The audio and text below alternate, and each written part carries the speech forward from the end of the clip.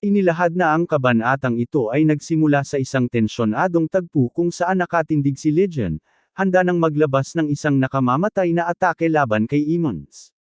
Nagmarcha ang dalawa palapit sa isa't isa, magkaharap na may iisang layunin, alisin ang kalabang nasa harapan nila. May malamig na tingin at bahagyang ngiti sa mukha ni Legion, sinabi niya na malapit nang magwakas ang lahat, at ang pahayag na iyon ay ikinagulat ni Emmons.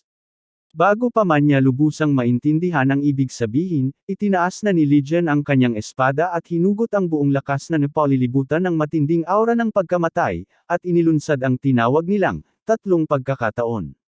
Pinilit ni Emmons na pigilin ang atakeng iyon at nagngingit-ngit sa galit sa kanyang isipan, anuman ang itawag nila rito, tatlo man o anupaman, ang layunin lamang ay dugo.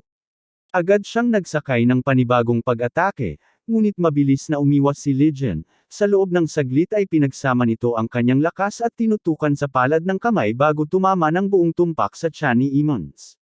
Biglang nawasak ang tindig ni Emmons, nanlaki ang mga mata niya at pamatla ang mukha dahil ramdam niyang winasak ng suntok ang kanyang panloob na lakas. Naramdaman niya ang matinding kirot na pumikit sa paghinga niya. Sa isang nagpapaputlang tinig at puno ng galit, sinabing ipahinto na iyon ni Emmons, at muntik siyang magmura. Tumugon si Legion sa mga paratang ni Emmons na may malamig na titig.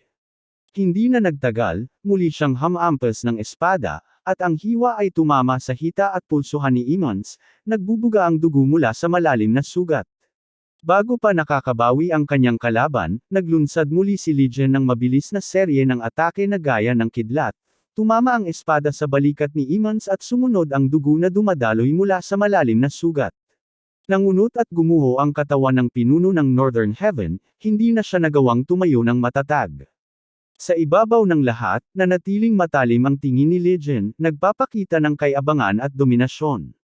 Pinahayag ni Legion ng malamig na tanong kung ano ang pakiramdam kapag biglang nawala ang lahat ng kapangyarihan ng isang tao.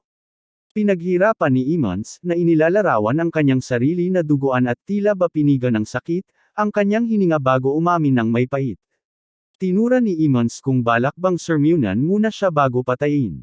Tumugon si Legion ng masinsinan at sinabi na si Emmons ang responsable sa pagpapahirap at pagpatay kay Master Li Hanjiang at sa masaker sa lahat ng tao sa lihim na bilangguan, at inilahad na sa mahigit 20 taon, kakaunti lamang ang nakakaalam kung ilang buhay ang nawala doon. Ayon kay Legion, nararapat ngang mamatay si Emmons dahil dito, ngunit nagdagdag siya na hindi niya papatayin siya. Nabigla ang mga alagad ni Emmons dahil hindi nila inakala na ang kanilang pinuno na kanilang sinilbihan ay may ganoong malupit na lihim.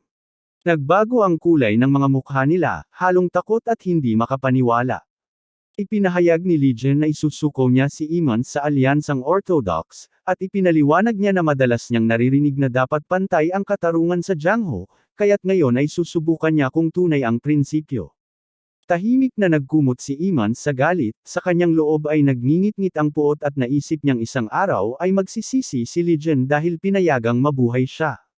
Bigla namang may isa sa mga alagad ni Emmons na nanginag ang katawan at kumapit sa isang espada, damaloy ang luha niya ng malakas at sumabog ang tinig niya sa halong galit at lungkot, nagtatanong kung totoo nga bang lahat ng nasa lihim na bilangguan ay namatay. Sumunod ang isang alagad pa na hindi nakapanghawak sa emosyon at tumayo rin na may hawak na espada. Sinabi nila na pinagpipilitan nilang itaguyod ang buhay nila at maging kasangkapan ni Emmons upang maprotektahan ang kanilang mga pamilya sa kulungan, ngunit na lamang pumatay na pala siya sa lahat mula pa noon. Naramdaman ni Emmons ang hindi inaasahang pag-aalsa, nagulumihanan siya nang makita ang mababang alipin na nagbabanta at nagbabantang mag-alsa laban sa kanya. Kung hindi naputol ang kanyang tendon, di umano ay pinatay na sana niya silang lahat ng agad. Sa pagkakita na siya ay napipiga, iniharap ni Emmons ang kanyang mga hiling kay Legion ng may desperasyon at pag-asa, pinaalalahanan niya si Legion sa sinabi nito tungkol sa pagsuko sa alyansang Orthodox at hiniling na pangalagaan siya ngayon din, at utos na pigilan ang tatlong babaeng pinipintasan niya. Sinabi ni Legion na iaalok niya si Emmons sa alyansang Orthodox at ipinaliwanag na ang kapalaran nito ay malalaman lamang sa hatol ng kanilang hukuman, aniya, ang desisyong lalabas doon ang magiging wakas ng lahat. Hindi nagtagal, isa sa mga babaeng alagad ang lumapit ng nanginginig ang katawan at puno ng hinagpis ang mga mata. Ayon sa babaeng iyon, itiniklop niya ang kanyang espada at tinusok ito ng malalim sa balikat ni Emmons. Nagulat ang lahat. Tumingin si Emmons sa kanya nang may mabangis na tingin at umungsod na may nang-aalipustang paghinga, na sinabing hindi umano makatatagal ang taong gumawa sa kanya ng ganoong kasamaan. Bago pa siya nakaaksyon, isa pang alagad ang nagtataas ng kanyang espada at sumigaw ng paluhod. Ipinangako mo sa akin na ililigtas mo ang aking pamilya kung susundin ko ang lahat ng utos mo. Ayon sa kanya, sinunod na niya ang lahat ng inutusan, kaya't nagtataka siya kung bakit pinatay na niya ang mga mahal nila. Sumabog ang galit at pagkabigo, at sa saglit, pinagsaluhan ng tatlong babaeng alagad ang katawan ni Emmons ng sunod-sunod na pananaksak. Nagkasirot ang dugo at nagkulay pula ang katawan niya. Bagaman pilit niyang sinubukan manindagan, unti-unting nawala ang malay ni Emmons. Pinagsama ang hiyawa ng galit ng mga alagad at ang tunog ng bakal na tumusok sa laman, sa huli ay bumagsak siyang walang buhay. Napatingin si Legion ng bahagya at ipinikit ang mga mata bilang huling paggalang, sinabi niyang magsisi at magbalik loob sa kanyang mga gawa, kahit pa sa loob ng kanyang libingan. Lumipat ang eksena at ipinakita si Soren na nakatayo ng marahan sa isang matibay na sanga sa gitna ng mayanhing latian. Nakatingin siya palayo, at tumawid sa kanyang isipan ang mga alaala, lalo na ang araw na pinauwi niya si Legion patungong Jiangho upang sumubok sa landas nito. Napaisip siya sa sarili at napagmasdan na noong una niyang ipinadala si Legion, bata pa ito at walang muwang. Biglang naramdaman ni Soren ang paglapit ng isang tao at nagtanong ng mahina kung siya na raw ba ang dumating.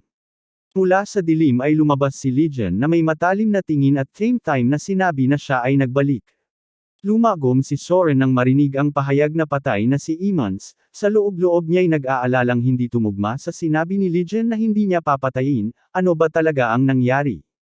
Sinabi ni Soren na dahil sa pagkamatay ng pinuno, malamang hindi magtatagal na padapa ang pamilyang Northern Heaven. Tumugon si Legion na hindi ito magiging malaking problema, ang plano nila na linisin ang pangalan ni Master Zhong gamit ang mga saksi ay nabigo na. Ipinaalam ni Soren na ang usaping iyon ay inihain na sa Orthodox, kinabukasan pa lang, naipadala na nila ang mga dokumento at ebidensya, at dapat ay maaksyonan agad ng alyansa. Nagulat ng bahagya si Legion nang malaman na may mga taong itinala sa mga papeles bilang nawawala, mga kasapi rin ng Orthodox. Nabigla siya dahil hindi niya inasahan na lubos ang suporta ng kanyang ama sa kanyang mga hakbang at hindi niya akalain na mabilis kumilos si Soren para pilitin ang alyansa na tumugon sa mahalagang usaping ito.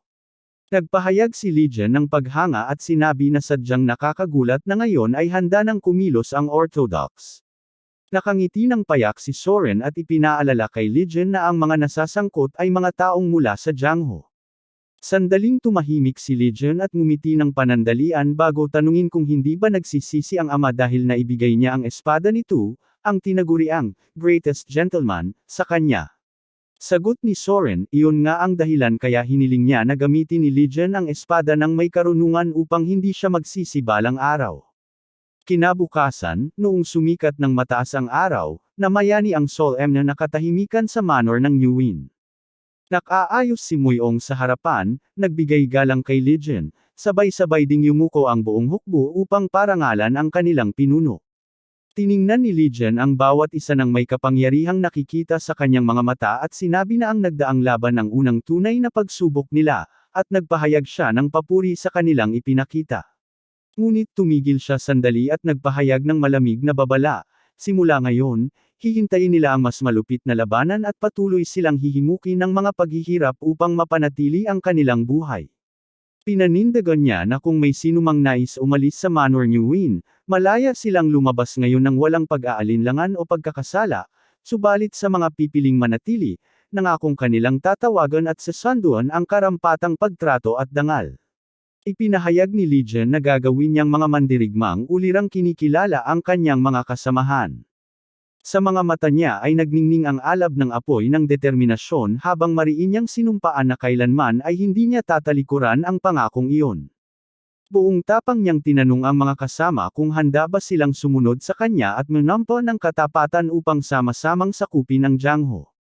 Sa harap ng kanyang masidhing panawagan, sabay-sabay na umalangaw ang tinig ng mga sundalo ng Manor New. Buo ang kanilang pagpapasya at tapang nang ipahayag nilang sila ay mananatiling tapat kay Legion, at magtatagumpay silang magkasama upang masupol ang Jiangho. Samantala, hindi kalayuan mula sa kampo ng Manor New, sa lilam ng isang malawak na puno, magkatabing nakaupo sina Soren at Yusola. Mahigpit ang pagkakayakap ng lalaki sa kanyang asawa habang kapwa nila pinagmamasdan ang malayong tanawin. Sa kanilang mga mata ay mababanaag ang kasiyahan at pagmamalaki ng masaksihan nilang pinamumunuan ni Legion ang kanyang hukbo ng may karisma at autoridad. Para bang ang lahat ng hirap at sakripisyong pinagdaanan nila ay nagbunga ng tagumpay na walang kapantay. Sa tinig na banayad ngunit puno ng emosyon, sinabi ni Yusola na sa tuwing nakikita niya si Legion sa ganoong kalagayan, dama niya na para bang siya mismo ang nagpalaki rito. Dagdag pa niya, tila muling naghilom at naglapit ang kanilang mga ugnayan dahil sa lahat ng nangyari. Umiti lamang si Soren at tinitigan ng maamo ang kanyang asawa. Humingi siya ng paumanhin dahil hinayaan niyang si Yusola lamang ang magpasa ng bigat ng lahat, habang siya naman ay nanatiling bihag ng sarili niyang mga alalahanin. Ngunit ngumiti ng matamis si Yusola at sa mapang-akit na tinig ay ibinulong na hindi na siya ganoon kabahala ngayon. Biro pa niya, marahil ay mas mainam kung silang dalawa na lamang ang maglakbay sa Jiangho. Sandaling natahimik si Soren, subalit gumuhit ang mainit ng ngiti sa kanyang labi. Sa huli, sagot niya na tunay ngang napakaganda ng ideyang iyon, subalit may isang bagay muna siyang kailangang gawin bago ang kanilang paglalakbay. Ipinahayag niyang dapat niyang dalhin si Legion sa isang lugar. Hindi niya alam kung paano tutugon si Legion, ngunit tiyak niyang dapat silang makaharap sa ama ni Yusola. Napatigil si Yusola sa narinig. Halata sa kanyang mga mata ang pagkabigla at ang nanginginig na damdamin na hindi niya maipaliwanag. Sa kaibuturan ng kanyang puso ay nagtanong siya kung bakit bigla na lamang binanggit ni Soren ang tungkol sa kanyang ama. Ano nga ba ang tunay na iniisip nito? Napuno ng kalituhan at pangamba ang kanyang damdamin kaya't hindi niya kaagad nakayang sumagot. Ang nagawa na lamang niya ay titigan ang asawa ng may halong pagdududa at pagtataka, sapagkat hindi niya maunawaan ang dahilan ng napakalaking desisyong bigla na lamang inilahad ni Soren.